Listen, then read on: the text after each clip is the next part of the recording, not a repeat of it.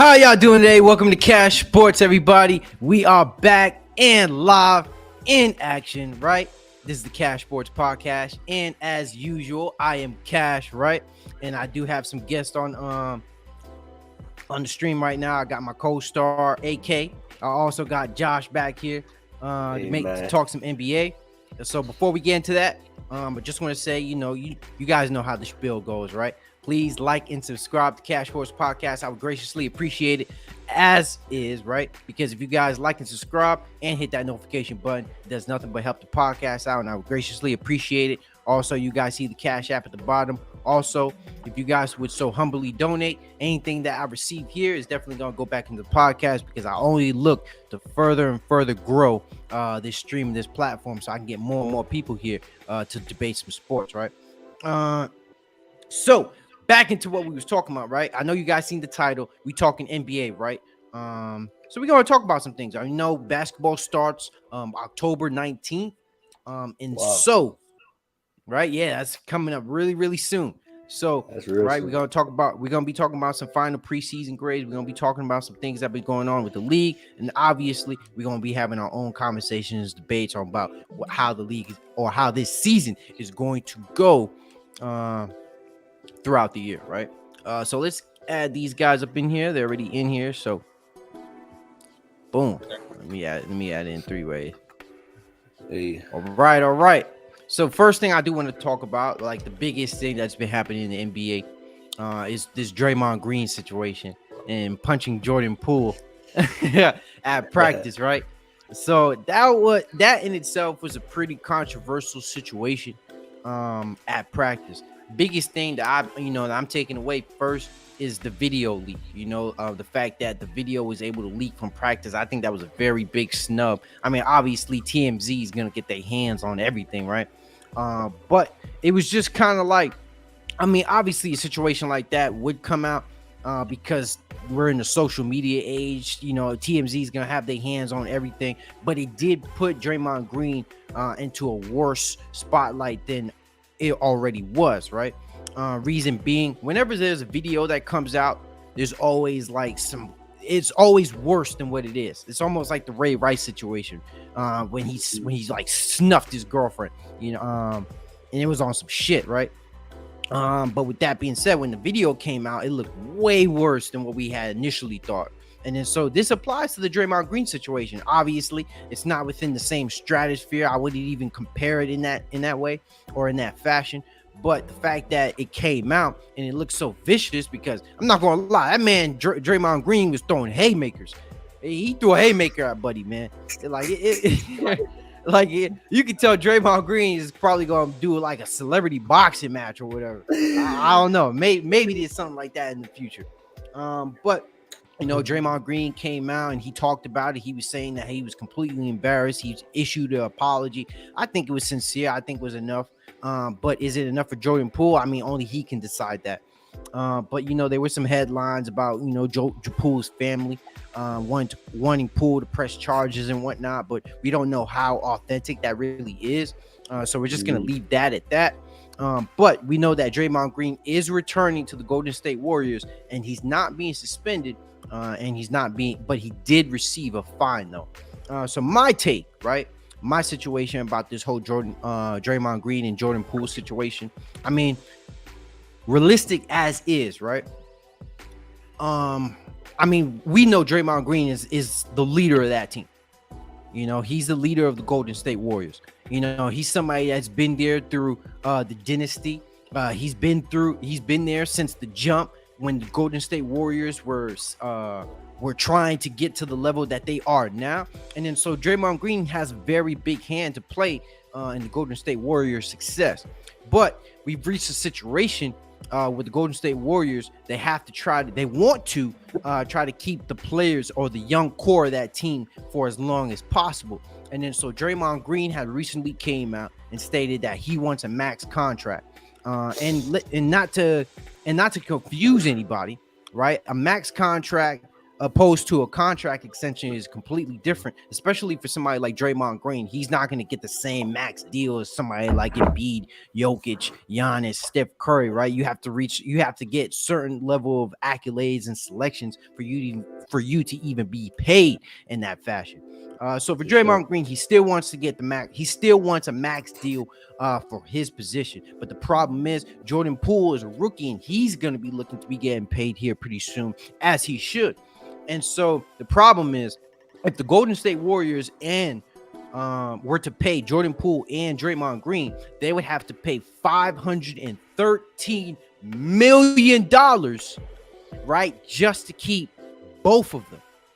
Right, so that's going to be the luxury tax that they would have to pay if they want to pay Draymond Green and Jordan Poole. So to give some background into what was going on with the video, allegedly, right? Key word here, allegedly, is that Jordan Poole and Draymond Green, it was almost like they were hinting at the fact or the notion of them being paid, because we clearly know Jordan Poole should get paid. You know, Draymond Green, for everything that he's done for the organization, he should be paid and compensated.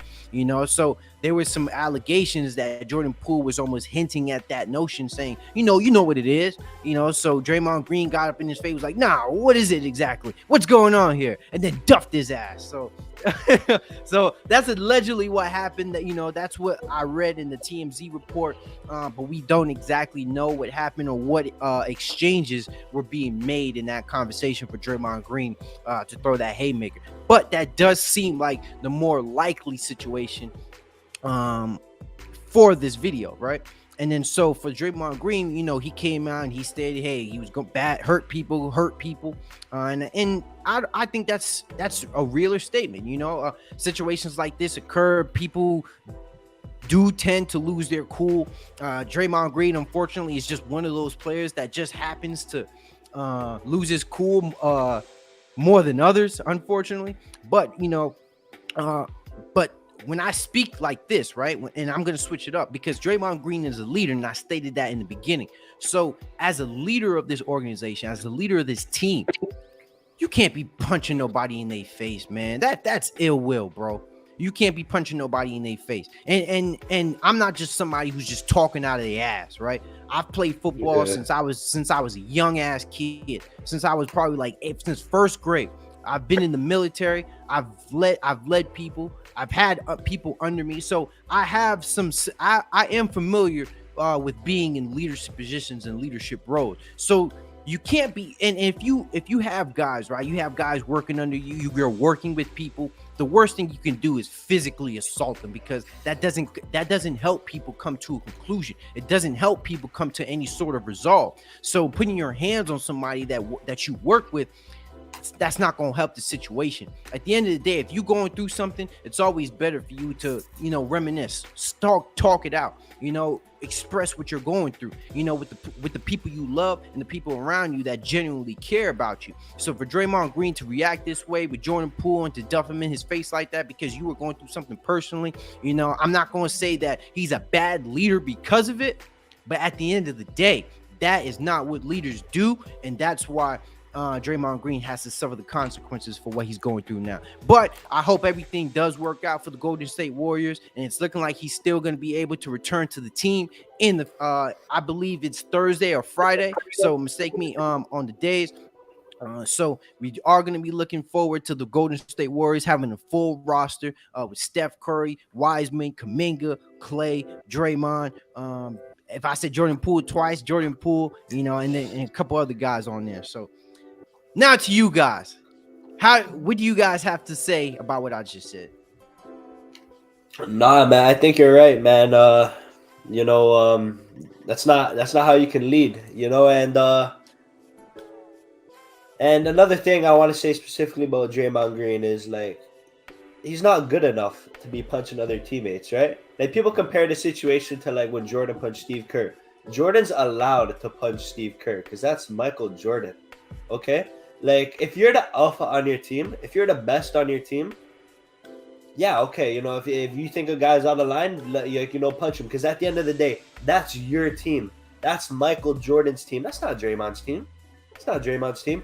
And do we know that Draymond Green is better than Jordan Poole? I mean, who would you rather have right now? Like just going into next season, Jordan Poole or Draymond Green? I'm not Jordan gonna Poole. sit up.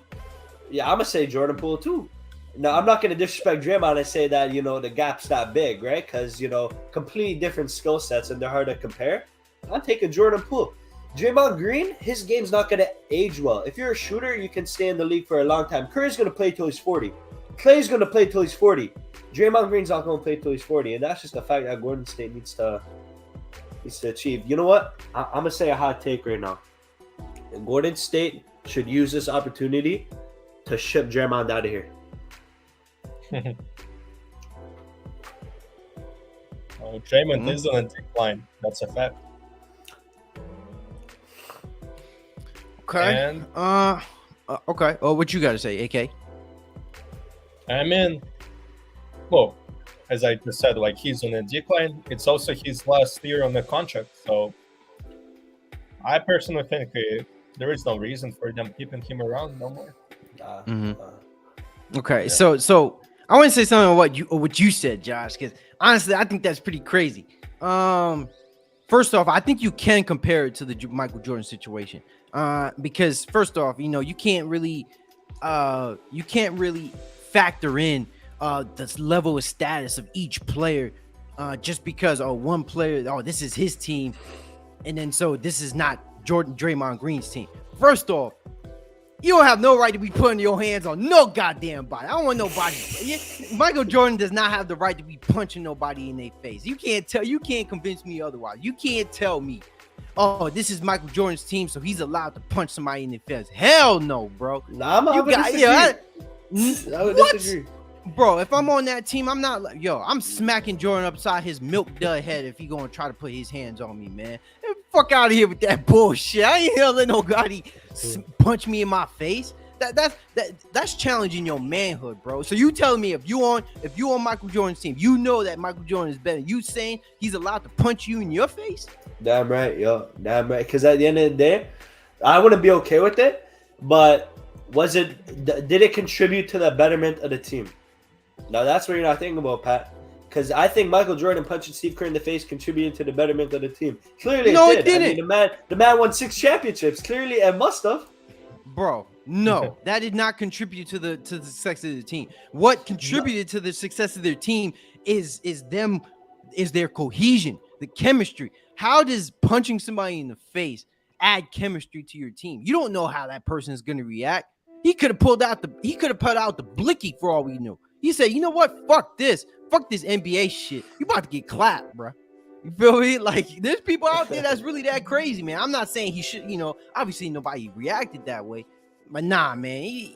Just because you're the star of the team doesn't mean like you can put your hands on somebody, right? And let me go to this situation because I understand Jordan Poole is a better player than Draymond Green. I think we can all agree on that. But with the situation like Jordan Poole and Draymond Green, I mean, we understand Jordan Poole's value now more than ever because the Warriors are not going to be the Warriors forever. I mean, we're already seeing Klay Thompson not being the same player that he used to be a couple years ago.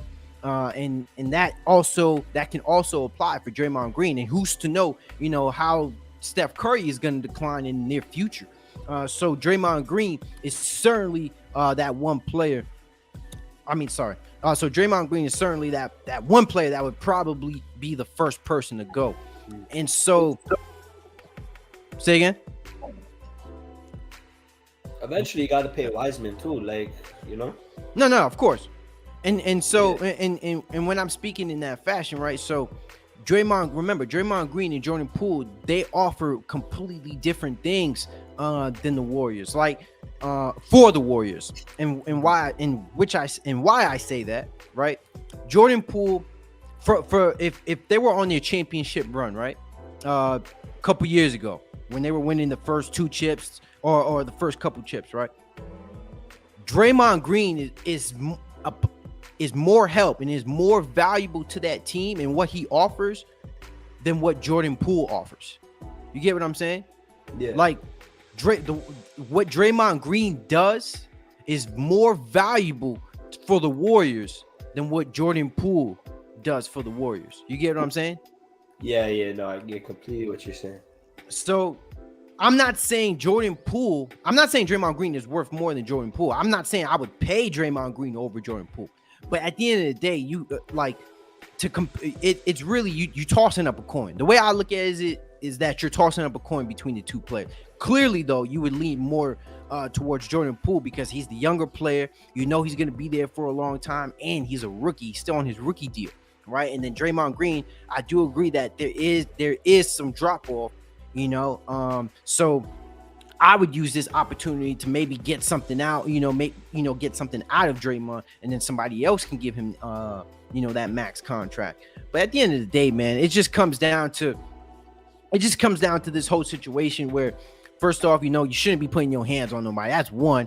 And two, I just don't agree with the fact that, it can be compared to the Michael Jordan situation because, first off, that in itself is the situation. You putting your hands on somebody, you punching somebody, it doesn't even matter what the conversation was about. Well, I mean, unless he talked about your mom, talked about your girl, you know what I'm saying? It's something hella personal, then, you know what I'm saying? Like, then that might warrant some consequences. But even at that point, you know what I'm saying? Like, even what was the conversation before? It doesn't matter because what do we remember? We don't remember the context of the conversation. We don't even care about the context of the conversation now. All we care about is the fact that somebody got punched in their face. You know what I'm saying? And that's what you remember. And so he has to live with that. Jordan Poole has to live with that. Even to this point, you still remember Steve Kerr got punched in the face. You know what I'm saying? So that one is that in itself is unfair. That's not what leaders do. And at the end of the day, I still trade Draymond Green assets and still keep Jordan Poole. I'm not paying no $513 million for no luxury tax. Fuck out of here with that. for a triple single. So but hey, man, so that's just how it is. That's just how it is. That's the situation is. So switch it up a little bit to the NBA preseason or just looking into the season, right? I know there's a couple games we can talk about it as the conversation goes on, and teams are looking good. We've seen some players really shine, really do their thing in the preseason. They're looking great. Jordan Poole is one of them since we talked about him earlier. And you know what? A special shout out to Tyrese Maxey too, man. He's been balling out. Yeah, he's been really balling out, and I'm very interested to see how a player like Tyrese Maxey is in the future. What do your guys' takeaway on the NBA preseason so far, and how you guys see the season going out? Shout out MPJ.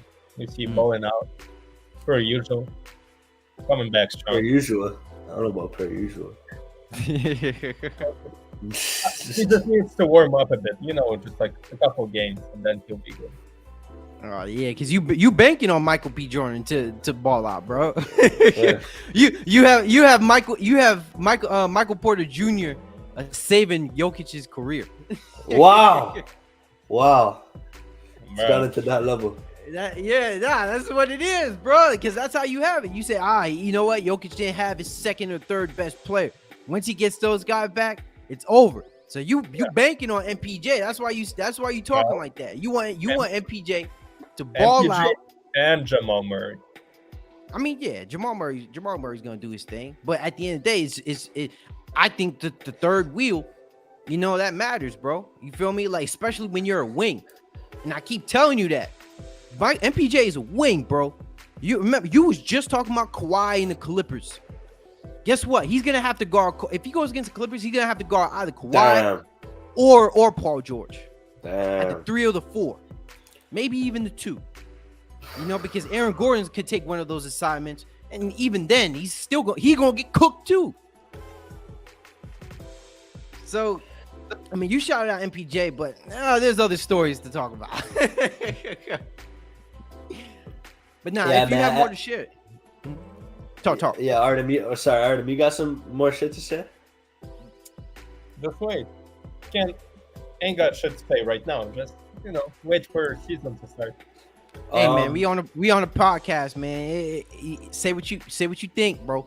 Yo, John Wall's looking scary, bro. I don't know if you've seen a couple of John Wall's highlights, man, but he's looking like vintage Wall, bro. John Wall is the only player that he'll attack right, and then he'll go behind the back, and he is so like his footwork is so nice, and his speed is so fast that the man will just grab the ball behind the back and then finish with the left hand lay, and like he does that in an NBA game. It's just crazy to see, man. You know, John Wall is so entertaining, and you know, something I want to bring up was Paul George, you know, went out and said, look, man, Kawhi's the first option. I'm the second option, and I'm fine with that.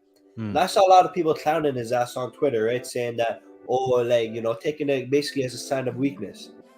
Paul George is an absolutely spectacular leader for doing that, because the Clippers, they have a lot of stars, a lot of star power. They got Reggie Jackson, John Wall. You know, you got Luke Kennard, who thinks he's the best shooter in the league, right? So you have all these guys. And if Paul George is telling all these guys to play their role, I think it's good that he went out and said, you know what, I have a role too. I'm number 2. Because if you're going to tell everyone beneath you to play a role, you got to show some humility too. So, you know, I just want to give a big shout out to Paul George, man. Big kudos to Paul George for doing that. Yeah, but there is a reason why the leader is not him, it's Kawhi. Paul George is the leader. Kawhi's the best player. I mean, I could see Paul George being the verbal leader, or you know, the locker room leader, or you know, direct team leader. I think in the way where Paul George was talking about and what he was trying to infer or trying to say is how the perception of the team, you know, how we look at the team. And so when they're, you know, because to specify what he said, because I did read the quote, he says, you got everybody kept saying I'm Kawhi's 1A and I'm 1B, and to come to, you know, a fair conclusion, he was saying Kawhi's number 1 and I'm number 2, you know, and he's speaking strictly from a point of view of how this offense is probably going to be ran through. How, you know, who are they going to run the ball through? And that's certainly Kawhi. I mean, at the end of the day, Kawhi, even though he's not the vocal leader, he's not that guy you would think, you know, that would come out and, you know, say things. You know, he's very laid back in his speech, right? And so, but the reason why we look at Kawhi in the fashion that we do is because, you know, he's a 2-time champ. He's a 2-time champion. He has experience at playing basketball at a very high level, and his best performance to date was that 2019 championship when he was on the Toronto Raptors. And so now he's looking to capitalize that on the Los Angeles Clippers, you know, and so with him having that experience and him being that player, and because we know at this point moment in time, Kawhi is the better player in my opinion than Paul George. But that's not something to knock neither, because Paul George for a long time he's played phenomenally. He's been a very good player, even being an MVP candidate one year when he was on OKC. And so Paul George, you know, he's like you said, he's become that player where he's just trying to fit into their role, and that's a scary situation for any team, because when you have that sort of chemistry where all these players are able to come together and have that cohesion, when everybody just accepts their role, nobody's trying to be the bigger star, nobody's trying to be bigger than what it is, you know, that is a recipe for success. And so that's why the Clippers are going to be one of the most dangerous teams this year. And so for those who might not know, I did attend an open practice at the Clippers, and I'm not gonna lie, yes, the Clippers were looking good. You know, Kawhi was out there.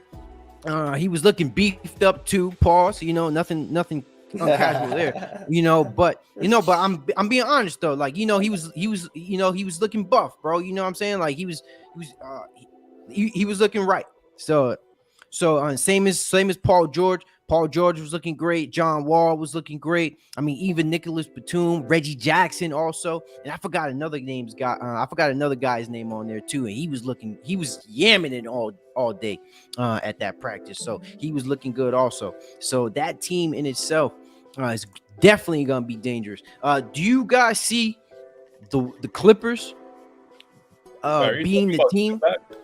Huh? Did the last guy you mentioned is Zubac? Zubac. Zubac. Covington too. Wow, they got Covington too. That's crazy. Yeah. So with the Clippers, right? I mean, we talking all high and mighty about the Clippers, but where do you guys see the Clippers? Bro, the Clippers are going to the conference league. No, they'll go to the finals. They go to the finals. Yeah, it's either going to be the Clippers or the Pelicans in the finals. Okay. It's going to be them two. I don't really see any other team in the West beating the Clippers or Pelicans, bro. Those two teams are, in my opinion, head and shoulders above everybody in the West right now. Nah, bro, you tripping on that one, buddy. Well, the Pelicans. The Pelicans. Yeah, you're tripping on that one, buddy. Like, first off, we ain't never seen nothing like that from the Pelicans. They got to prove it in order for me to be like, okay, I'm picking the Pelicans to take the West, bro. That's a big axe. That's a huge axe. And especially a team like the Warriors who would kill them on the Okay, floor. you know, I'm gonna put the Warriors in that category. Clippers, Pelicans, Warriors. I'm gonna say those two. God, this man. I'll give respect to I would. you know what? Because I know I talk shit about the Nuggets and Jokic and them. But clearly, most of the time I'm joking. But if I'm being serious, you can't have the Pelicans over the Nuggets, bro. You can't have the Pelicans over the Nuggets. I'm sorry, you can't do that. My guy. You can't do that, man. I I don't even see the Pelicans beating the Lakers if they go to the playoffs with a full healthy roster. And I'm being dead ass serious. With a healthy LeBron James and the way Anthony Davis has been playing lately. Come on now, bro. Nah, man. That's my guy. If Zion puts his shoulder into Jokic is no longer Jokic. I don't know what he is. I don't know where he is. He's going to where the cheerleaders are, man. That is a matchup nightmare. And like, who's gonna guard Jokic? Valanciunas. Valanciunas is a top 10 center in today's NBA. Look, I want you to tell me, Pat, what don't the Pelicans have? They got everything. There's nothing not to like about them. They got a star. They got their second and third option. There's a lot of teams with stars. Pelicans got everything, man. Okay, No, but they don't have everything. Valanciunas is like top 10. Jokic is top 1 center in the league. Valanciunas ain't going to do shit against Bro, is him. Michael Porter Jr. guarding Brandon Ingram? But he's not. But he's not talking. But he's not. He's not talking about comparing players, bro. It's not always just about having, okay, this guy's better, so he's gonna cook. Like you said, stars will always get their numbers. But Valanciunas is still a body, bro. That's a big guy. That's a center. That's a real center.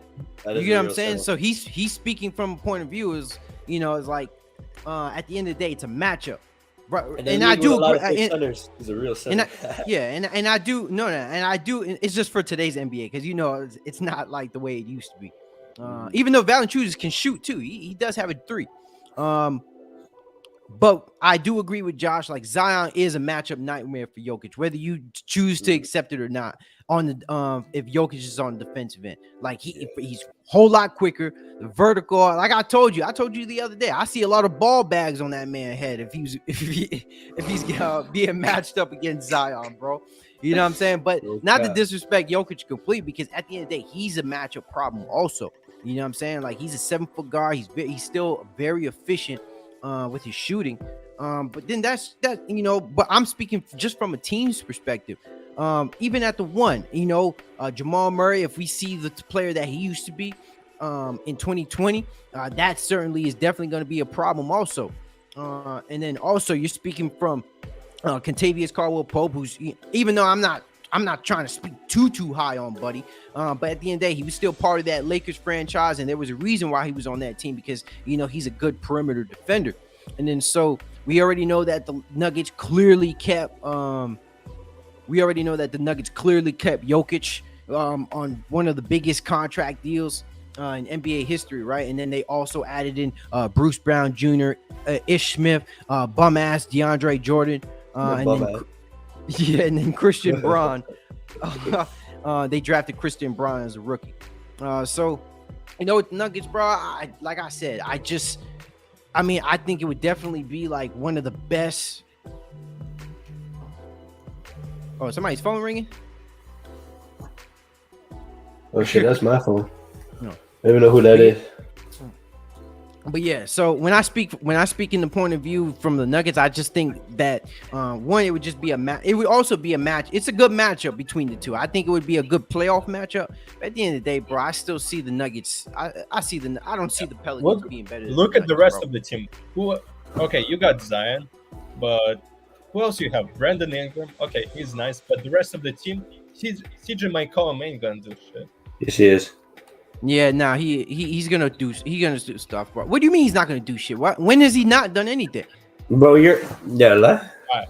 Who else is there? Jose Alvarado. Like, Alvarado, he's. I mean, it sounds like I'm leaning towards Pelicans. I'm really not. But you can't. But all I'm saying is you can't talk down on certain, like CJ McCollum did. He was a problem for the Pelicans. Like I mean, he was a problem when he was playing for the Pelicans. And I'm not saying, because at the end of the day, bro, remember he was still alongside Damian Lillard. He went to a conference championship with Damian Lillard. Like that wasn't no fluke, bro. CJ McCollum is nice. but he is on a decline now. No, he's not. Not that I can tell, bro. I wouldn't say that neither. Yo, He got Artem, traded, you're praying that Jamal Murray enters the league looking like CJ McCollum next Yeah, season. that's what you really have to bank on, for real. Yes, That's what you really have to I don't know bank if that's on. gonna happen. Yeah, that's what you really have to bank on. You need Jamal Murray to be that sort of player. And even then, Jokic still has to be the number one guy on that offense. It can't be Jamal Murray. You know that, right? Yeah. So even then, that situation is completely different than what it is now. Jokic is a two-time MVP, two-time league MVP. So the offense has to go through him now. So Jamal Murray has to be able to perform just like he did, but with the offense going through Nikola Jokic. And he will. That's why Jokic is one of the best. He's a triple-double machine. He'll get all this assists to Jamal Murray, to MPJ. So you telling me we're going to see the MVP of the league pass the ball? Well, he's going to do both. That's what makes Jokic so great. He's IQ, he's... Nah. So here's and my fault. Let me let you. And that's why he's so efficient. That's why he's the most efficient player, because he knows when to shoot or when to pass out the ball. If he needs to, he'll shoot it. Or if he needs to pass it, he'll pass it. Well, let me break to you the sad news here. You say that Jokic is he does what he does. He doesn't do what he does in the playoffs, bro. The same season stats, that level of efficiency, right? That PER. He doesn't do that in the playoffs, bro. He doesn't. He hasn't done it in the playoffs. That's why he hasn't gone to a finals. And I'm just being real here. The same PER, and we're not talking about one series. We're not talking about just one series of him putting up those stats, especially against the Warriors, right? Where it's a mismatch for him, where they don't even have their five. Their big man was Kevon Looney and Draymond Green. That was their two big men. Guys who probably weren't even above 6'9", probably not even 6'10". So of course he's gonna be able to put up those numbers, and still he was put on lock in the closing minutes of the fourth quarter. Look at the plus minuses, right? When he's on the court, all the minuses, bro. You get what I'm saying? So this 30 point PER that we throw around during the regular season, he doesn't do that in the playoffs, bro. I'm telling you, on a consistent basis, nah, man, he doesn't do that. Because if that were the case, then he would have the same exact numbers. But look at the matchups for the past two seasons, for example. Like, both teams he played against went straight to the finals. All right, so you're talking about matchups, right? But yes, both teams went to the finals. But talk about the individual matchups, right? Be honest. Jokic is a mismatch problem for the Warriors. He should have averaged at least. He should have been on some Luka time against the Warriors. He should have had at least 2 40-point games. He should have had at least 2 40-point games. He did have 2 37-point games. barring He had injury every year. All right. So I got somebody games in a commenting row, here. I do want to bring it up. points. So Nuggets haven't made the finals because they lost two of their all-stars, Murray and MPJ, for 2 years, and Barton almost lost every 2 years. Okay, I do agree. Last year, yes, but remember the last time we've seen them play was 2020, bro. Murray, I understand Jamal Murray did get hurt that first year in this. I believe it was 2021 season. That was the year he got hurt, and then so obviously he didn't play in the last season. But remember, the last time we've seen him play at that level, because you guys are just talking about, okay, Jamal Murray coming back. But at the end of the day, he needs to be at the player that we all saw him in 2020. Let's not just jump over that. That's not something we just forget. Even during that season, he wasn't that same player, right? We can all agree, right? And this is not me trying to, this is not me trying to talk down on Murray and say, he's never going to be that player and this and that. Like, you talk about decline. Show me the progression. Show me, you know what I'm saying? Show me what you did in the past, bro. Because if Jamal Murray doesn't perform like he did in that 2020 playoffs, I'm gonna get real Derrick Rose vibes here, bro. I'm gonna get real Derrick Rose vibes here.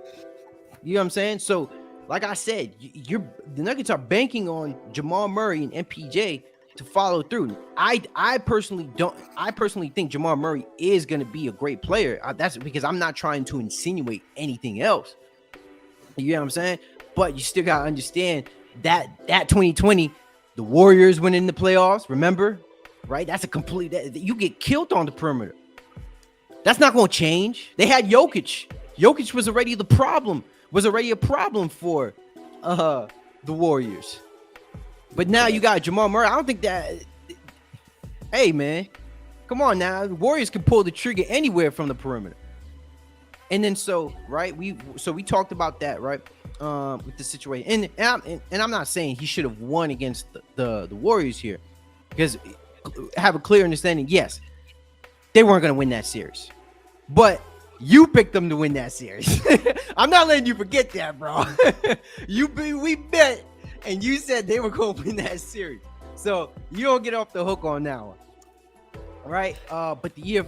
Before that, the year following, he got swept. He got swept against the Suns.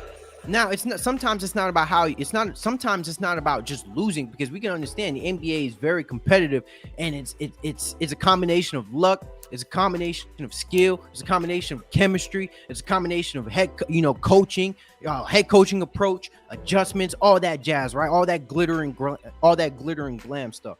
But at the end of the day, sometimes the context on how you lose games does matter, especially in recent memory, right? When a player's retired and they're in Cancun somewhere smoking a cigar, whatever. We don't give a damn about those playoff losses unless it's LeBron James. Then that's when we put a spotlight on it. But in this situation, with Jokic, recent memory, we've seen him lose against the Warriors, and then before that, he got swept. The Suns, he got swept by the Suns, right? And the person who was putting him on lock, the person who was giving him a problem, was DeAndre Ayton. Now, is Ayton better than Jokic? No, right? He's not. But at the end of the day, he was giving him problems because he's a body. He's a 7-foot center. And so that's why he was still able to give Jokic work. He was able to make him work for his shots. He wasn't getting all that easy shit. Right? But let me tell you. He still gets the job done. He still makes over 30 points. Who? Jokic.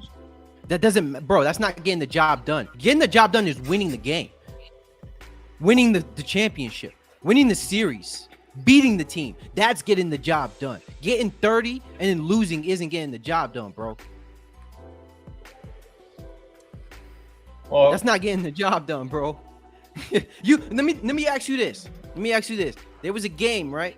I'm gonna switch it to football just for a quick second. That game in the Dolphins, Ravens played against the Dolphins. I don't know if anybody's seen that comeback. Lamar Jackson probably had 300 yards passing, 3 touchdowns in the air, 2 touchdowns on the ground.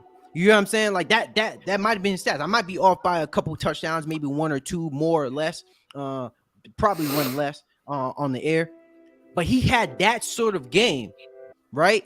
That's equivalent to you dropping 50, 60 points in the NBA, but they still lost the game, bro. Do you think that's getting the job done? Would you say that's getting the job done? But then look at his second best player. Who's his No. second? Answer the question, bro. Aaron Gordon, bro. Aaron Gordon. You're trying to make an argument. No. I'm telling you, You're not. No. You answer the question, bro. Everything's gonna change. Huh? Next season, everything is going to change. No. We're not going there. Answer the question, dog. Is that getting the job done? All right, not. No, right?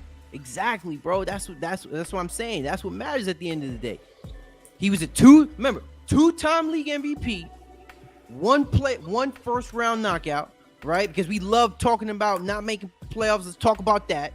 First round knockout, bro. And then the year before that got swept by the Suns. And even some of those games, right? You talk about this series, let's talk about those bad games in that series too. Mm-hmm. He had some bad games in that series. He did. He had some bad games. He had worse games in that series. This series, okay. Like I said, he had Kevon Looney and Draymond Green, people 6'6", 6'7" under him. It's completely different when you got a 6'8", 6'9", 6'10", 7-foot guy who's guarding you instead. It's a completely different situation. Right? No shit. You know what I'm saying? Like, look at the situation when he was going against Anthony Davis. He was giving him problems too, right? So was Jokic. Jokic was giving him problems, but I'm saying he wasn't stopping nobody. Right? Well, he wasn't stopping AD. AD was a very big part of that playoff run.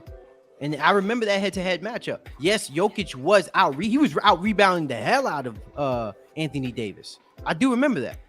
It's not like Anthony, and let's not get it twisted here. I'm not saying Anthony Davis, wasn't locking down Jokic neither. But at the end of the day, man, when I look at Jokic, right? I look at him as I want you to see it in this lens. I look at him as a two-time league MVP. That means he's not going to be seen any less than players like Steph Curry, than LeBron James, than Kevin Durant, right? Than Kawhi Leonard. All these players, he's not going to be looked less than those guys. If he doesn't get the job done, which is winning a championship, he is held under standard just like everyone else. Bunk all the injuries, bunk who you play with. At the end of the day, if you don't win at the end of the day, you don't get the job done. I know you're trying to say something, so you can say now. You do the same thing as Giannis that get 2 MVPs and they get the ring after. Say again? He'll get 2 MVPs and get the ring after, just like Giannis did. I'm hoping for it, bro. I'm hoping for it. I want to see it. I generally do want to see it. I'm not, like, obviously we betting on it, but I'm not gonna hate once Buddy get his chip. I'm not gonna hate no more. But let me ask you this though, because since you love talking about the Warriors, and love bring up the Warriors how they went to the finals. You think if the Bucks went to them against the finals, you don't think Giannis is gonna cook against the Warriors? You think the Warriors beat the Bucks? You think they stopping him? Same with Embiid. Do you think Draymond's stopping Embiid? Must be out your damn mind. Well, maybe not. Right. Probably not. Let's be honest here, bro. Not probably. Giannis would have been a problem for that Warriors. He would have had 40 in that series. Honestly, I would even go as far as to say the Bucks could have even beaten the Warriors. They could have beaten them if it were against the Bucks. Being honest with you here, bro. And let's be, you know what I'm saying? Let's be honest. And I'm not speaking from a team by team factor here because Capital Angel did mention, he didn't have his best players, so it is unfair to compare that in that situation. We do understand the injuries, so that does factor in. You get what I'm saying? But when I'm speaking from here, and the angle that I'm getting at is with Giannis, bro. Is and what I keep bringing up, that desire to win. You get what I'm saying? That killer instinct. I see more of Jordan in Giannis than I see in Jokic. You see what I'm saying here? I see Mamba mentality in Jokic. I mean, in Giannis. I don't see it in Jokic. I see it more in Jamal Murray than I see it in Jokic. You get what I'm saying now? Okay. Your boy has pressure to perform, bro. You get what I'm saying? 30 points ain't enough. 30 points. There's plays that average 30 in the playoffs. You can average 30 and lose. Giannis averaged 30 in the playoffs last year. In 2 seasons, he led the league. He led the playoffs in scoring last year in the postseason. 31. Giannis led, right, in 2 series. Your guy played 1, right, and he took it to 7 games with the team that also went to the finals. So there's more context with that. You know what I'm saying? You saw what Giannis was doing. Giannis was dropping 40.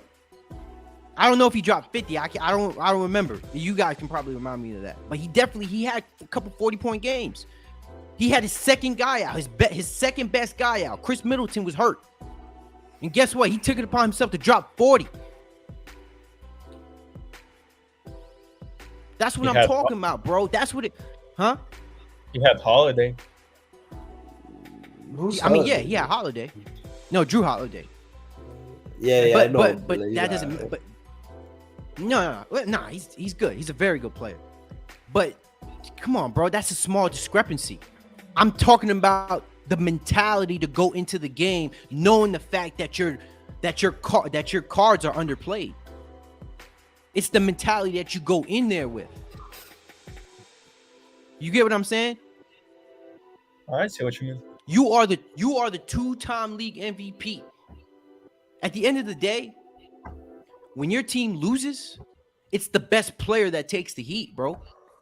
Like you said, he got the highest paid contract in NBA history, $250 million. In what world would he not take accountability if the Nuggets were to lose? He plays every game. Damn. He plays every game. So you could critique everything that he does. But he got the contract after the season, though. I mean, he got the contract after this season, but the past 2 years, he was now. And now with all this pressure of this new contract, and with his 2 top players coming back, I'm telling you, they're going straight to the finals. So you got the Nuggets beating the Clippers in the Western Conference Finals. I don't know if you saw what Jokic said, but he said that he's going to be Tim Duncan of the Nuggets. He just got to win some champs, and he's going to do that. You said Jokic wants to be Tim Duncan of the Nuggets? Yeah, that's what he said. That's what he said? Yeah. That's a big axe, bro. That's big. You know, that's big. That's very big shoes to fill. Very big shoe. Very big shoes to fill. Tim Duncan is in.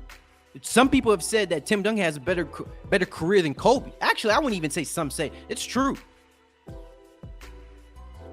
Okay. Tim Duncan I'm speaking. Yes, you can say that, bro. I'm not saying he's a better player. Tim Duncan does have a better career. He had a better career than Kobe. That's a fact, bro. But here's the thing, Pat. Like in the 2000s, right? Like, yeah, sure, you can look at accolades and say that, but in the 2000s, like no one was ever saying Tim Duncan was better than Kobe. Like that was not an opinion people had. No, I mean nobody was saying that. Bro, I just said that he's not better. Like Kobe was a better player.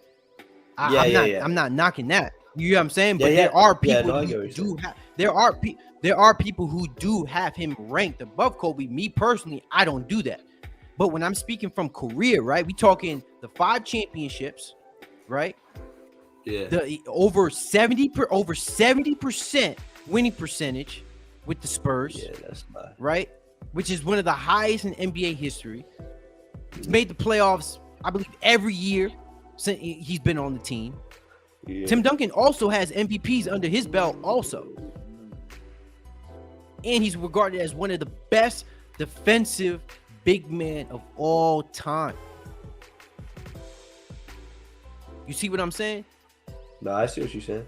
And so it's along with the first team all NBAs. It's along with the all defensive first teams.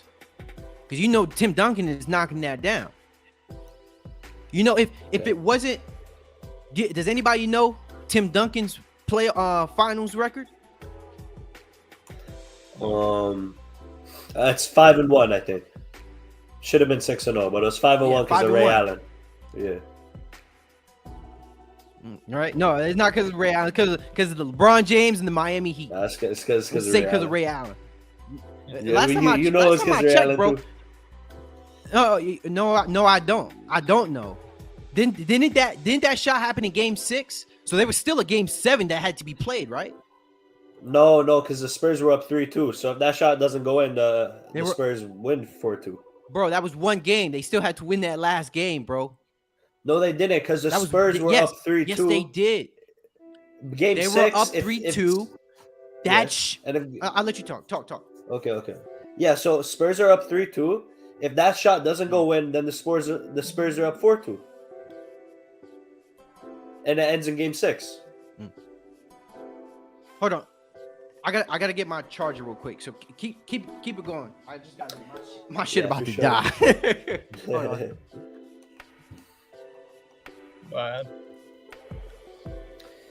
But yeah, man.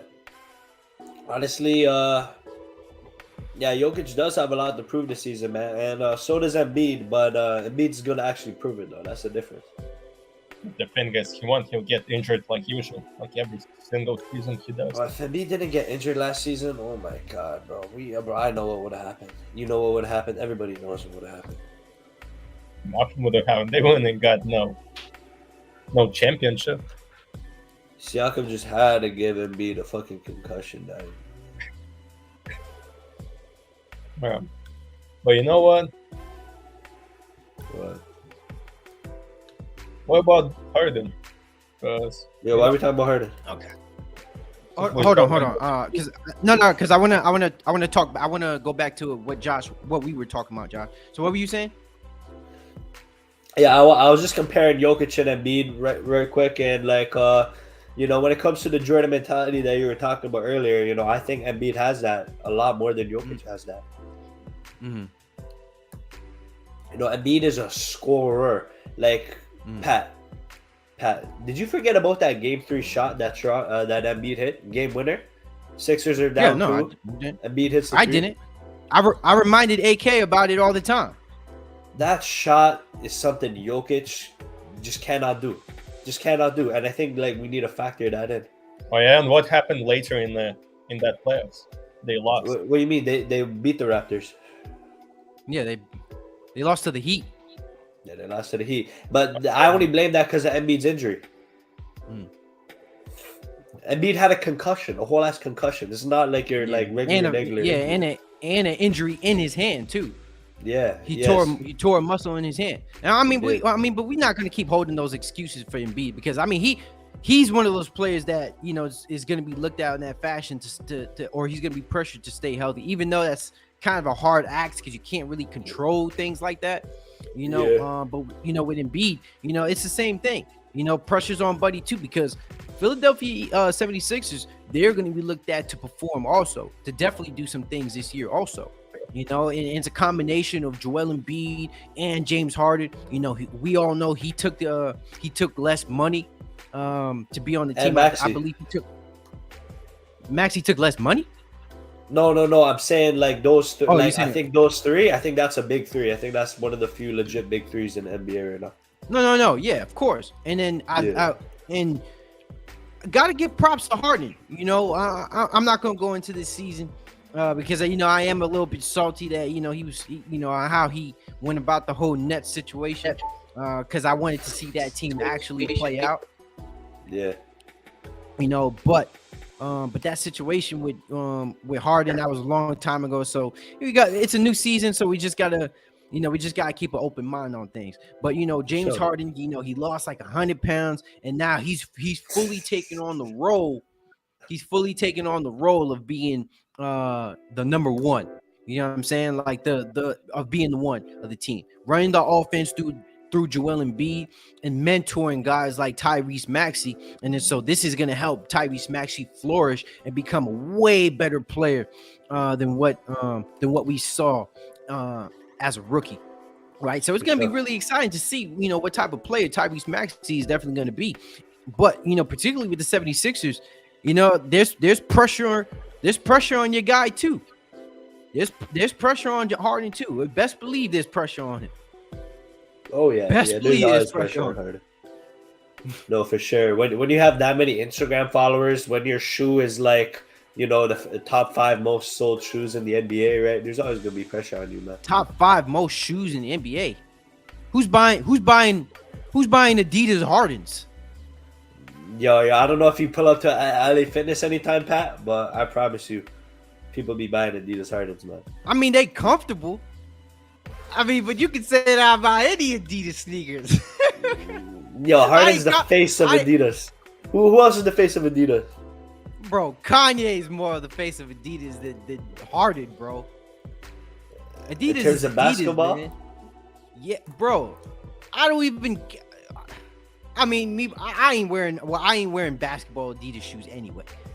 I'm a Jordan Nike dude, so I don't really be copping no Adidas sneakers, bro. Like, yeah. By the way, for the topic of shoes, just to emphasize how much of a leader Paul George is, I know when he said that statement about him being number 2, within minutes Nike called his phone and said, "What the fuck are you talking about right now? You number 2."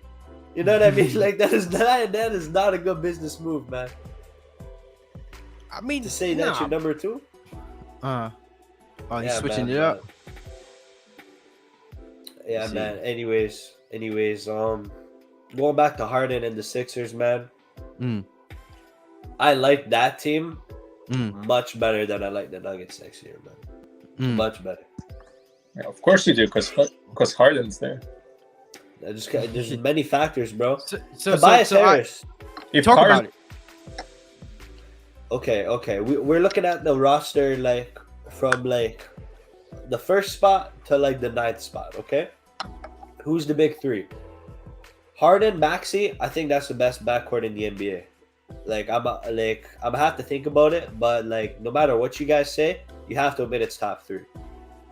Embiid. Okay, I'll give you top 3, but I ain't saying the best. Fuck out of here with that shit. Anyways, you got Embiid. It's not, bro. It's not. Name a better backcourt. Steph and Clay. What are you talking about? Steph and Clay. Clay is not on the level of Maxey and Harden. Doesn't matter.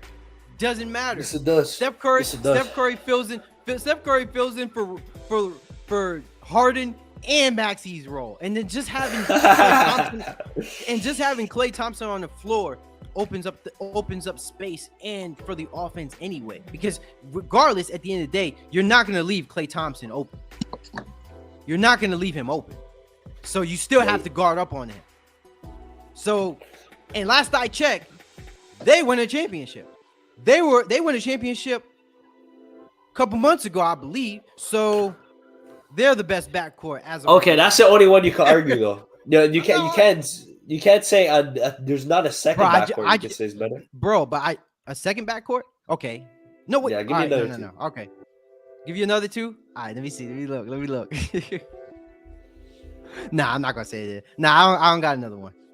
Yeah. Okay. So So we got those 2. Okay. Yeah. Like Clay and Curry. I can't even argue that. I'm gonna disagree, but I can't argue it because it is close. Embiid is the best center in the league. Look, man. Yeah, if you want to say Jokic is the best, here's the thing: what gives Jokic the edge over Embiid? It's his playmaking. Everything. Playmaking. No, it's his playmaking. No, it's not. That's not everything, bro. Yeah, like what are you talking about, fam? But playmaking makes up for everything. No, it doesn't, bro. But here's where you're not factoring in. If if Jokic's playmaking is, the thing that's like, separating Embiid and Jokic in your mind, Embiid has a playmaker. You get what I'm saying? So when you talk about a team setting, the team has to match. The team has to they have to complement each other. That's why the Bucks' big three is insane because Drew Holiday and Chris Middleton, they're not the best players, but they complement Giannis so well. But anyways, Embiid, he just has to worry about scoring and defending. He doesn't have to worry about getting people involved. That's Harden's job. You got Tobias Harris, 6'8". He can do pretty much anything on the court. Like he can shoot, he can defend, he can do anything. Now here's where the role players get interesting. PJ Tucker and Daniel House were two vital players during the 2020 Houston Rockets championship run. Daniel House is 6'6", PJ Tucker's 6'5". Both those guys are 3-and-D players, which the Sixers lacked a lot of last season. They can shoot the three, and they can play phenomenal defense, especially PJ Tucker, man. He's going to get those gritty, grindy boards that the Sixers weren't getting last year. The Sixers need dogs, man. The Sixers are a team that got a lot better in the offseason, man. A lot better. And I just like that roster construction. When you got a big three that can score like that and dogs, it's going to be good, man. The Nuggets, the issue with the Nuggets, man, is that Jokic is a playmaker. Jamal Murray is a playmaker. Michael Porter Jr., you want him to be a scorer, but like when I watch Jokic play, I see him setting guys up like Aaron Gordon, right? Like, is he that much of an effective playmaker from like the 3-point line? I don't know how that big three is gonna mesh. But basically what I'm saying, the Sixers big three, we already know it's gonna mesh. Nuggets big three, it's a big question mark. That's what I gotta say. We haven't seen MPJ and Jamal Murray in so long. So long. That's true. We haven't. And that's why we have to wait and see. Because I'm telling you, they're going to shock the world. Hey, so Josh, let me ask you this. So you said so when you say Harden and Tyrese Maxey, they were top 3 best backcourts in the league. Were you speaking heading into this season or prior? I was thinking more headed into this season. Yeah. Okay. Yeah, but even last year, I would probably, I don't know, but I'm just since we're talking about the season coming up, let's just keep it at that. Yeah, I'm gonna say next season. So better than the Clippers trio? No, I said backcourt. Oh, backcourt. Wow. Yeah, Clippers have a nice backcourt too. So Paul George, John Wall, it might be top 5. With a mixture of Reggie Jackson also, who shouldn't be slept on. Yeah, no, definitely not, man. Reggie, because you know what I'm saying. So, but you got let me Reggie switch as a this backup. up. That's nice. So let me switch this up just a little bit because I know I was talking about this. I did talk about this for a little bit, and I was reading this article on The Athletic, and so the GMs they had basically came to a vote on NBA basically on what team was going to win the finals and who was going to be MVP and things of that nature. It was like a little short thing, so I'm trying to find it here. But to give you guys some insight on that, what they were saying is that all right, I found it right here. So the Milwaukee Bucks are the favorites to win the 2023 title according to the NBA.com's annual survey of the league's general managers. The franchise earned 43% of the vote, while the Golden State Warriors received 25% of the vote, and the Los Angeles Lakers received 21% of the vote, coming second and third place respectively in balloting. It is only the third time in the last 13 years that no team has received at least 50% of the vote. Nearly half of the NBA's general managers, 48%, believe Mavericks star Luka Doncic will take home the MVP honors this season. Milwaukee Bucks, Giannis Antetokounmpo, 34%, and Philadelphia's Joel Embiid, 14% followed. Magic forward Paolo Banchero received 79% of the vote for Rookie of the Year. It was always the fourth highest. It was the fourth highest rate of the survey's history. Why the Bucks are the NBA title favorites? While GM stabbed Doncic as the favorite for the NBA MVP award, Giannis Antetokounmpo already has 2 of those at home, as well as 2021 NBA Finals MVP. And the GM survey tabbed him as the best player that they would start a franchise with, as the best defensive player, the most versatile defensive player, the best power forward, and the best international player. Add in Drew Holiday, who finished second in voting as the best perimeter defender, and the third-time All-Star Chris Middleton, and the Bucks are a formidable foe for any team. What is your guys' thoughts on that? Giannis is and continues to be overrated, and it's hard calling a top 5 player overrated, but this whole idea that Giannis is the best player and it's not even close is bogus, man. He's not the best player. Giannis right now is the 4th best player in the NBA. He's number 4. Luka Doncic is number 1. Kevin Durant is number 2. Steph Curry is number 3. And then I have Giannis at 4. And may as well, since we're talking about top 5, I haven't been at 5. But the issue with Giannis is that he's not the closer for his own team, and that fucks up a team dynamic. When your best player is not the closer for your NBA team, that fucks up the team dynamic. It fucks it up. It fucks it up, man. Chris Middleton's the closer for his team. The thing about Luka Doncic, he's closing for his team. Steph Curry, he's closing for his team. KD's closing for his team. Giannis isn't. Now, even though Giannis has such a big weakness that he can't even close, I still give him the 4th spot because of all the things that article mentioned. He is the best defender in the league. He's the most versatile. We've never seen a player this tall, this fast, and this bouncy. That combination is fucked. We've seen a player fast and bouncy. I mean, fucking look at John Morant. We've seen a player tall and fast. I mean, fucking look at Ben Wallace back in the day. But tall, fast, and jumpy, damn. So, I'm giving respect to Giannis. And, don't take this as disrespect, Pat, because I know you have him number 1 in the NBA. What I'm saying, man, is that, is it really such a bad thing to call a man the 4th best player in the league, especially when he can't close? I'm going to answer that, but I want to hear AK's opinion. Well, you know what? I will have to agree with the article. And like I said before, I do agree that Giannis is the best player in the league, and Jokic comes second. What? It is. That's the truth. I got Jokic 6 after Embiid. Well, you're ridiculous, fam. How you tell me Luka is number 1? That fact already makes your argument wrong.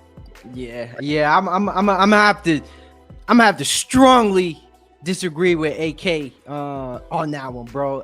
That is the craziest thing I've heard in a minute, bro. Since the last argument with Scottie Pippen, bro. And I don't know if you were there for that conversation, bro. We cannot give Luka this award as the best player in the NBA, bro. In what world has he received that sort of acknowledgement? How? In what world? I can tell you. I can explain it. What reality? How? Explain to me how he became the best player in the world. Explain. This reality. Okay. There's 3 categories that Luka does exceptionally well. Mm-hmm. Playmaking is one huge category. Yeah, Giannis is not on the same stratosphere as playmaking as Luka. Okay. Mm-hmm. Okay.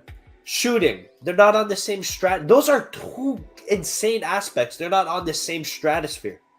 Okay. Rebounding, yeah, Giannis is better, but he's not that much better. Luka's a great rebounder. Great rebound. He's averaging 8 boards. Shot creation is very different than shooting. The fact that Luka can just get his own shot whenever is pretty ridiculous. And just the fact that he is the orchestrator of the offense, he leads the offense. Yeah, man, I don't understand. He's 6'6", so it's not like his defense is trash. Okay, yeah, Giannis is an elite defender, but Luka's an average defender. I mean, But the three categories are shooting, playmaking, and shot creation. Those three things Giannis could only dream of. So you gotta factor in that. But Okay, bro. Nah, AK, you can go. but all those things mentioned, you just described your military proves. Who? Jokic is a better playmaker than Luka. No, he's not. Stop Yep. it. Stop it. No, he's not. That's fact. Bam. No, he's not, bro. He averaged more assists than No, he Luka. didn't. No, Luka averaged more. No, he didn't. Yes, he did. You search it up right now, bro. I promise you. Yeah, Jokic averaged look that. Yeah, look Alright. that up. I'll look that up. Jokic averaged like 9, bro. Jokic averaged like 7. So first off, right? I'm not giving Luka Doncic no best player of no NBA unless you have an MVP under your belt, bro. You're not getting that title without an NBA MVP. I don't care how good you are.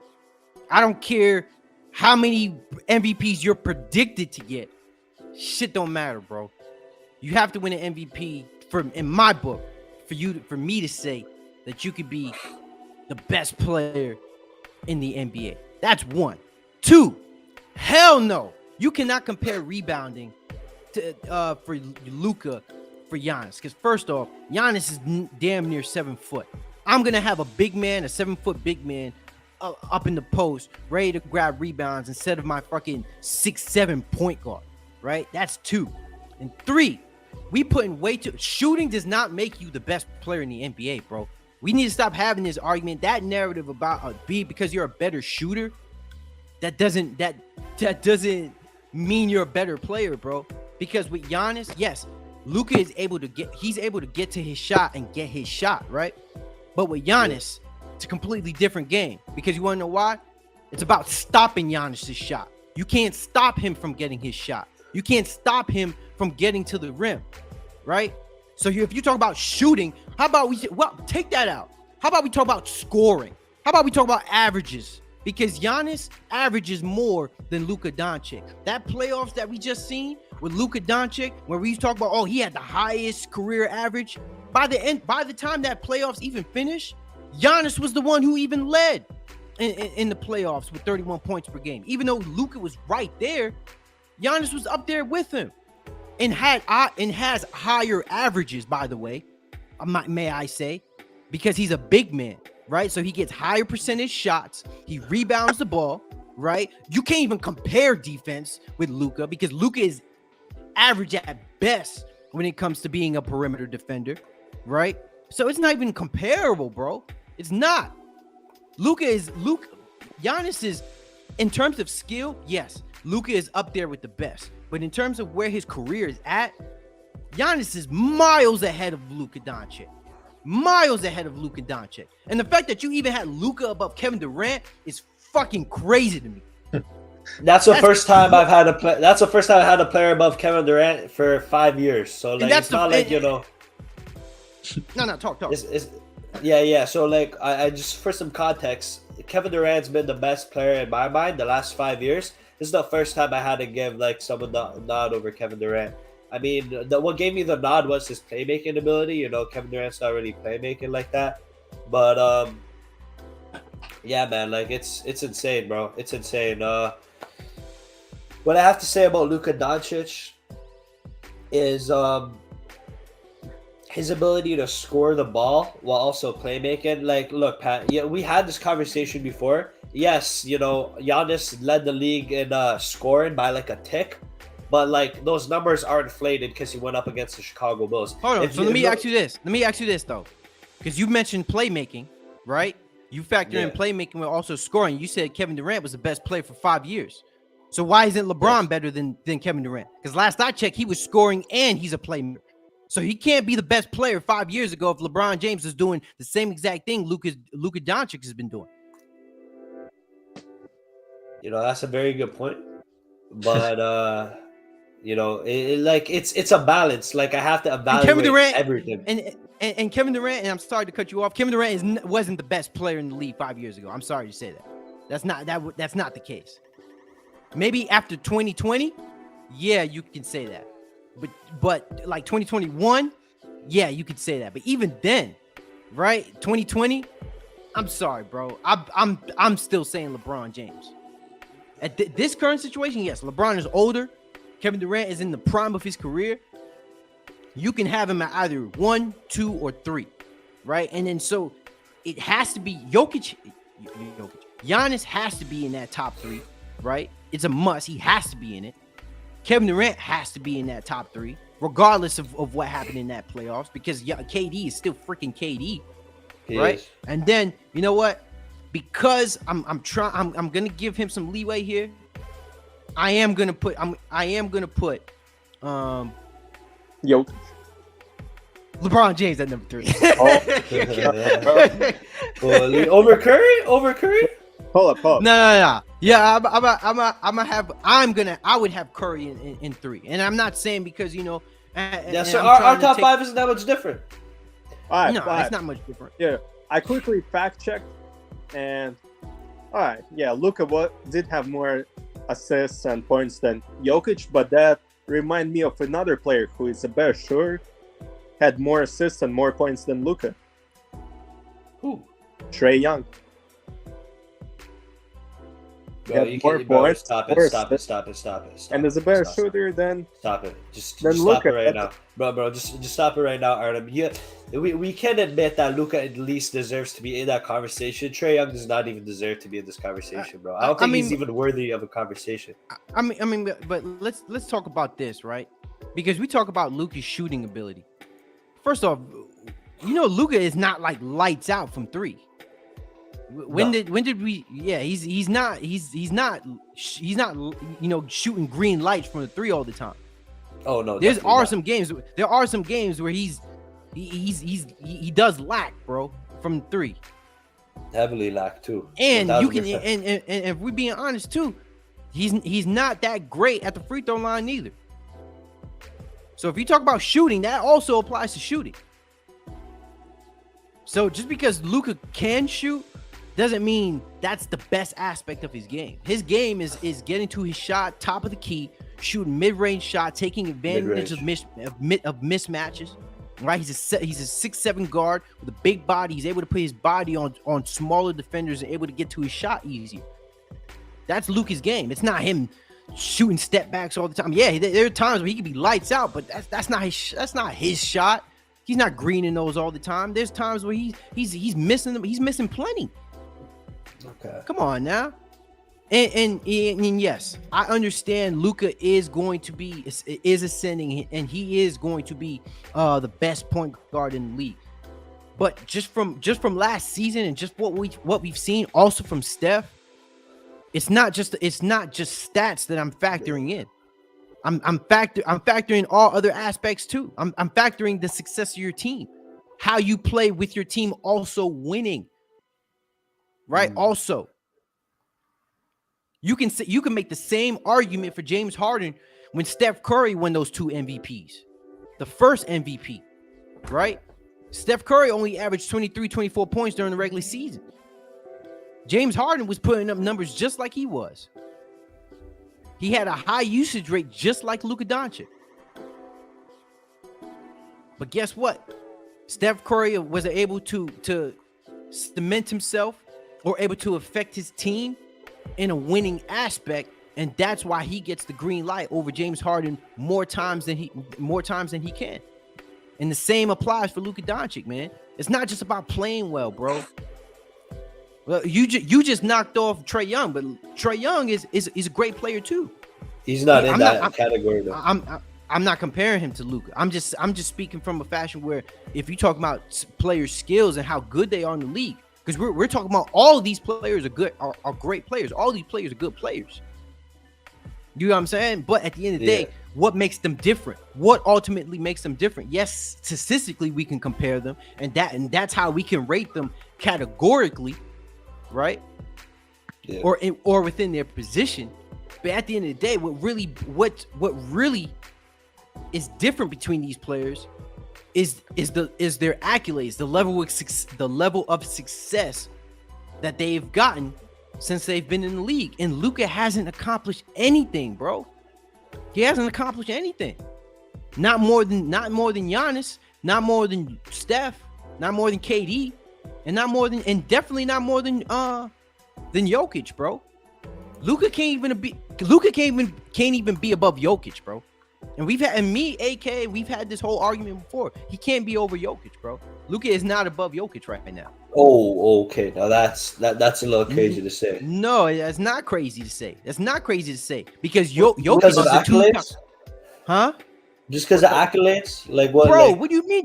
Yes, because of that alone would put him over the hump. Yes, that alone would put him over the hump. Yes, exactly that.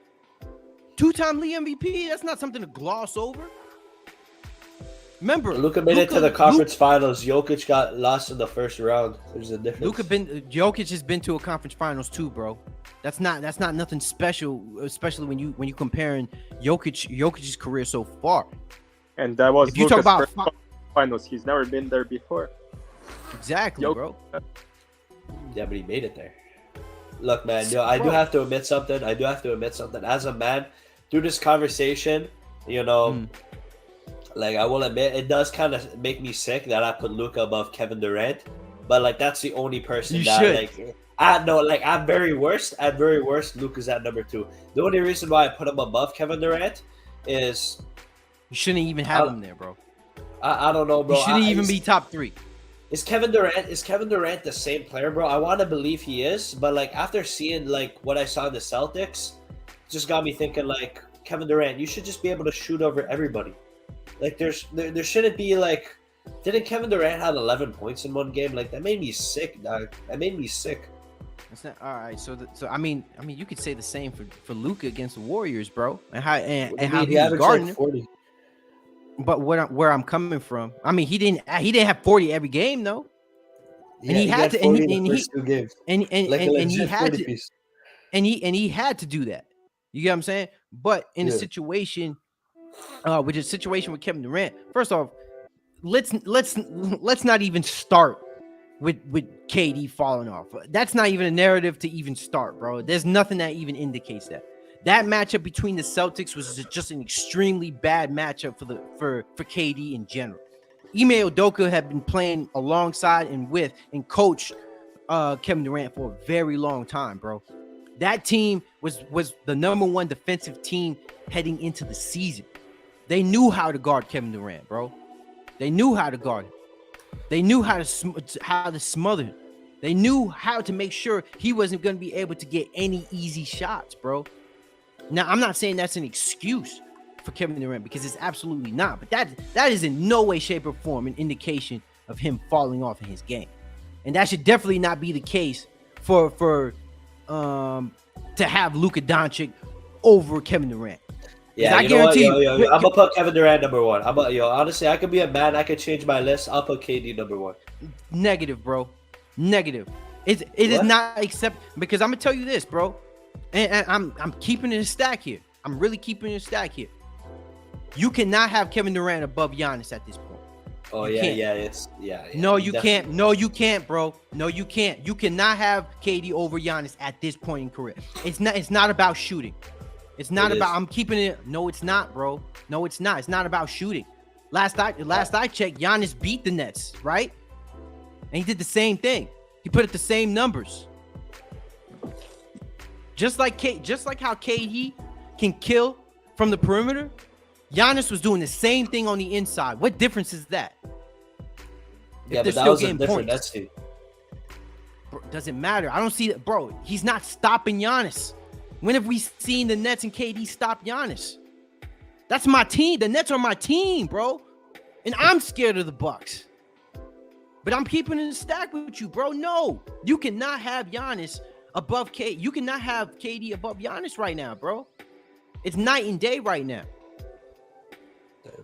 Same way how Kevin Durant can shoot lights out from the 3. There's nobody stopping Giannis when it comes to the inside game, bro. Keeping it 100 there. Look at the stats, bro. We putting way too much value into shooting. When in reality, at the end of the day, it's about what numbers did you put up and did you win the game? We already know Giannis puts up the numbers and then he wins the game against KD at the end of the day, bro. Now this season, You know, it's a completely different situation. He has Ben Simmons. He has somebody else who can take on that defensive assignment against Giannis. But at the end of the day, bro, nah, man. I'm keeping it 100 here. You cannot have KD above, especially you just talked about him against the Boston Celtics. How did Giannis do against the Boston Celtics compared to how KD did against the Boston Celtics? Yeah, but that's because the Nets had no defense. No. Yes. I'm talking about the Boston Celtics defensive approach to KD compared to Giannis. They were able to stop KD from shooting. They weren't able to stop Giannis from scoring in the inside all the time, even with Robert Williams, right? Well, What world actually, does I'm Giannis- gonna disagree. Giannis didn't average that many more points in the series. He averaged like 4 more. Then Kevin Durant. KD still averaged like 27 in that series. Even though he played shit, he still averaged just 27. Okay, let's look that up. I mean, did he have 40 in that series? Because last time I checked, I remember Giannis putting up some numbers because I remember a completely different series. I think he had 140 piece. Yes, I think he did. Okay, and I remember Giannis for a couple games he averaged a 40 piece in that series. He averaged a 40 piece for like 3 games. Yeah, man, I think Giannis averaged 31 and I think KD averaged 27. Might be wrong, but those are just I'm looking looking it up now. Because he had Jason Tatum had him on lock. Was Jason Tatum locking down Giannis? Nah. It was the whole team, bro. It wasn't one guy that was guarding Kevin Durant. He was getting double teamed. I wish I can find these stats. I wish that if I knew we were going to talk about it, there was a stat. When Jason Tatum was primarily guarding Kevin Durant didn't have the best numbers, bro. Yo, what I do know is that Kevin Durant got double teamed more than Giannis did, and it's not even up for discussion. The amount of double teams they threw that, I don't even need to pull up a stat. The eye test showed me that fucking Kevin Durant had 2 mans on him every fucking time. Okay, all right, and that's a negative, bro. Because here's how it is. If I'm Ime Udoka, I'm the coach for the Boston Celtics. We know Kevin Durant can shoot threes. So of course you're gonna double team him at the perimeter compared to closer to the rim. Giannis is not gonna get that double team until he gets until he's within 2 range. So you're guarding him completely differently. And even if you're at the rim, and even if you're at the rim with Giannis compared to KD, you're fouling Giannis, bro. Yeah.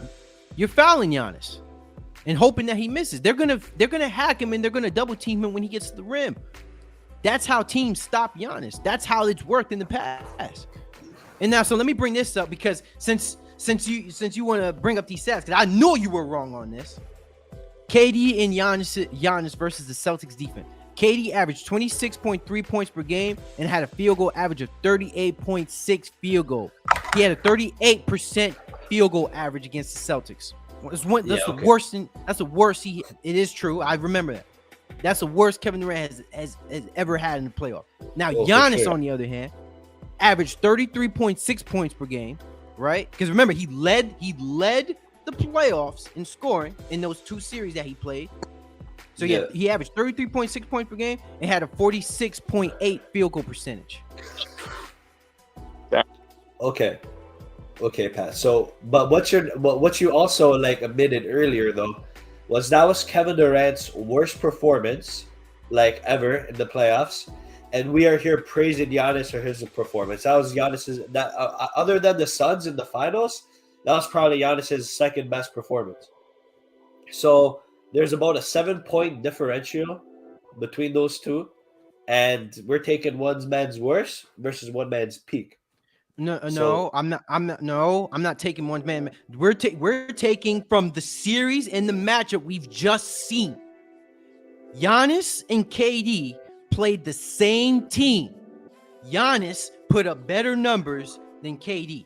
That is reality. That's what happened. That's what we're reading here. So we're not taking from his best and his worst, because these aren't two separate situations. This is two different players who are being compared against each other, who play the same exact team, and one put up better stats than the other. Yeah, because of Ime Udoka. That guy knew Kevin Durant. All right, still, but still, he's still able to put Giannis was still. That doesn't matter for Kevin Durant's case. That's not a case for Kevin Durant. That's a case for the Celtics and why they won.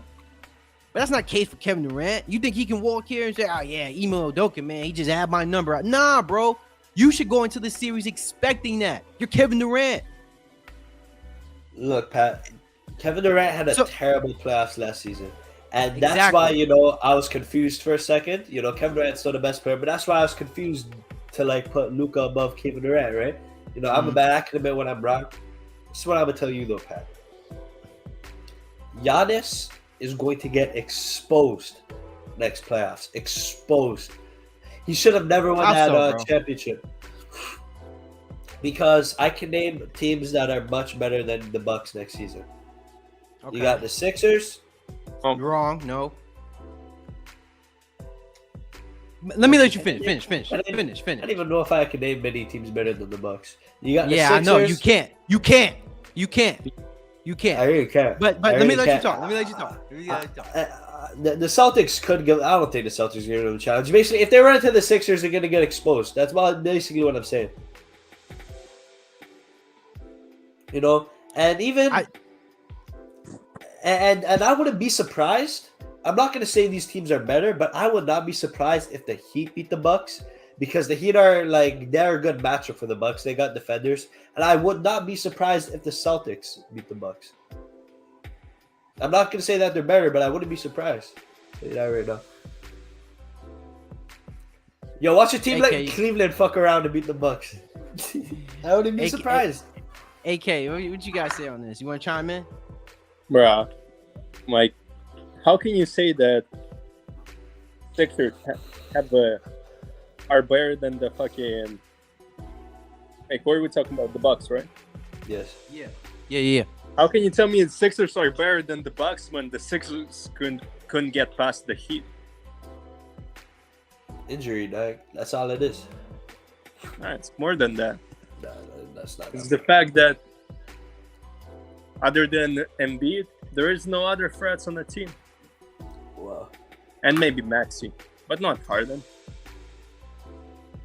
Harden is not the same Houston Rockets Harden. He's on a decline, and that's a fact too. All he has to his game right now is just playmaking. That's not true. I heard he's going to surprise you guys a lot next season. The man's going to average at minimum 25. So, if a 25-point per game scorer and playmaker is a declined player, then that player must have been really good in the past, which he was. So I'm gonna take a declined Harden over. When we talk about second options and second best players in the league right now, a second option for your team, I don't know if I can think of many players that are better than Harden when it comes to second options. I mean, so I'm a semi agree with you on that. 76ers are a tough matchup for the Bucks. I'm not going to dispute that, because I think James Harden is going to come back and he's going to do his thing. I think Tyrese Maxey is going to come back. He's going to do his thing. But that's still a tough matchup for the Bucks, man. I would still lean towards the Bucks. I can't say they're a better team, because one, Giannis and Embiid, they're going to have their own little matchup, right? Then when it comes to their second best player on the Bucks, it's that size differential. Remember, it's not just Giannis. Remember, Giannis is at the 4. You have Brook Lopez at the 5, and then you got Chris Middleton at the 3. So you can play the 2, and then so you're talking about 3 guys who are already 6'10" and up. When you're talking about coming up with a defensive scheme, right? They're 2. I don't know at the top of my head who's their 2, but then you have Drew Holiday, who's number 1, or who's the 1, and we just seen who was just voted as the second best perimeter defender in the league, right? Now, I'm not saying that Drew Holiday is going to put Tyrese Maxey and James Harden on clamps, but that in itself deserves some recognition on Drew Holiday's part, and to at least say he's going to give James Harden some problems in some of those games, and that in itself can be a game changer, right? Now, talking about the Celtics, I firmly believe that if Chris Middleton wasn't playing in that series, the Bucks would have more than likely represented the East last year and would have went against Golden State Warriors in the finals, right? So coming into this season, I'm gonna have to strongly disagree with you, man. The Milwaukee Bucks are the best team in the East heading into the season, bro. It's not any other team. It's not no upset. It's not no team. Not no other team that, I'm sorry, bro. It's the Bucks, in my opinion.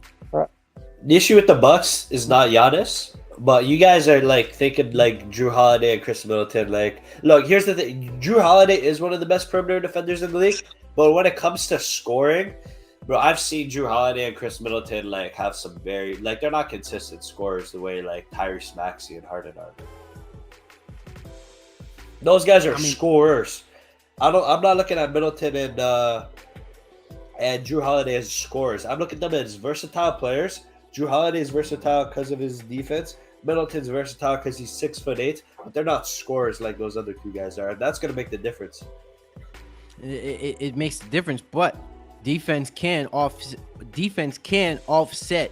good offense, or good defense can offset good offense, if that makes sense, right? And like I said, it's and we've seen Harden before get locked down in the playoffs. That's not news. We've seen it before, right? So there's more pressure for James Harden to perform as a playmaker and as a veteran on the team than there is for Drew Holiday. You know what I'm saying? Yeah. And the thing about it is with the Bucks is that you've got a situation where it's very similar to the Clippers, where you have these players who fulfill their roles, right? You have Chris Middleton as the player that he is for that team because his ability to shoot, right? You have Drew Holiday on there because his ability to play make, to score, to defend. You get what I'm saying? In addition, and then also we can't forget about Bobby Portis too, because Bobby Portis is definitely a guy that's going to give you problems on the front court. So right, so I mentioned Chris Middleton, Giannis, and Brook Lopez, but then you also even got to throw in Bobby Portis, who can shoot from the quarter and who's also a physically imposing defender also. Yeah. So just from the front court, the Sixers are going to have a lot of problems, man. And just the height difference, the height matchup, that's gonna be a tough one for him.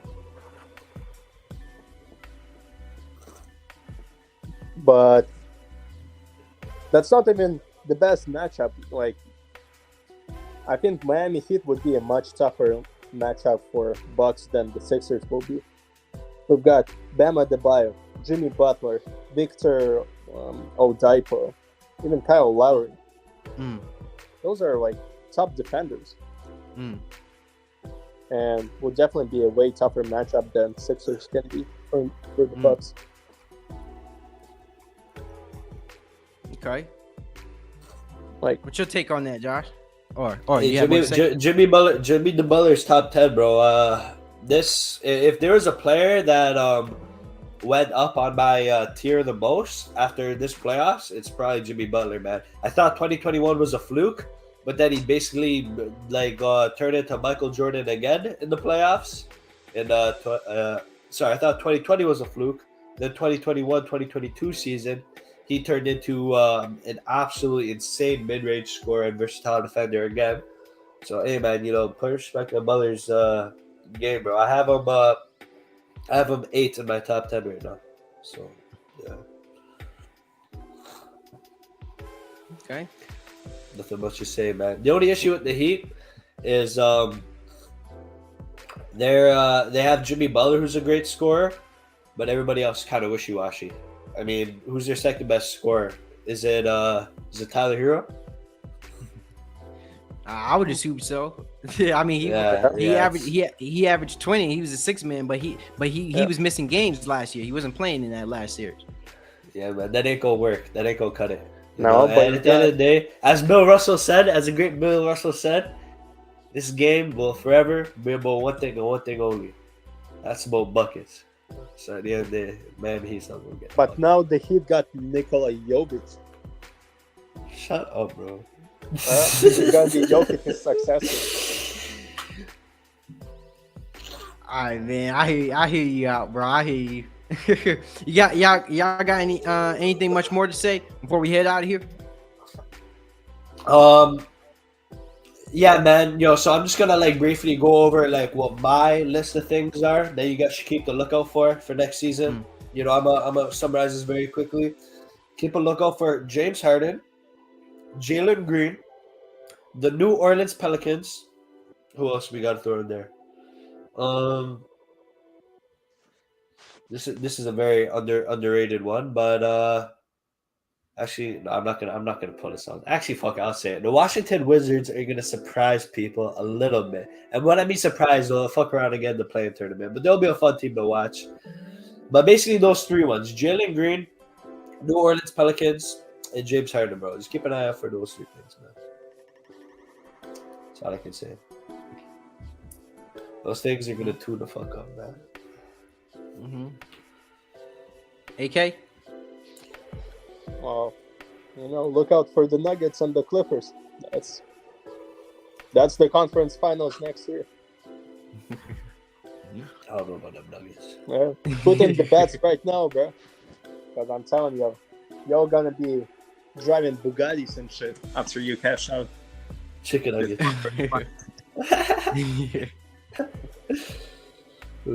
I got you. All right, man. Yeah, I don't got nothing much more to really say as far as my closing statements. I think I've said enough.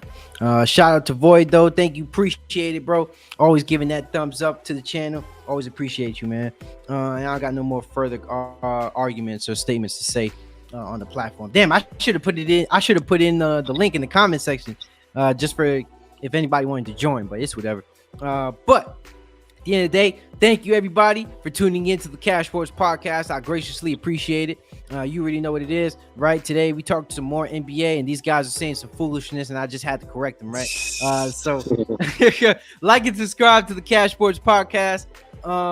Also hit that notification button, so in case you guys want to tune in on the live streams, on these debates, you certainly can.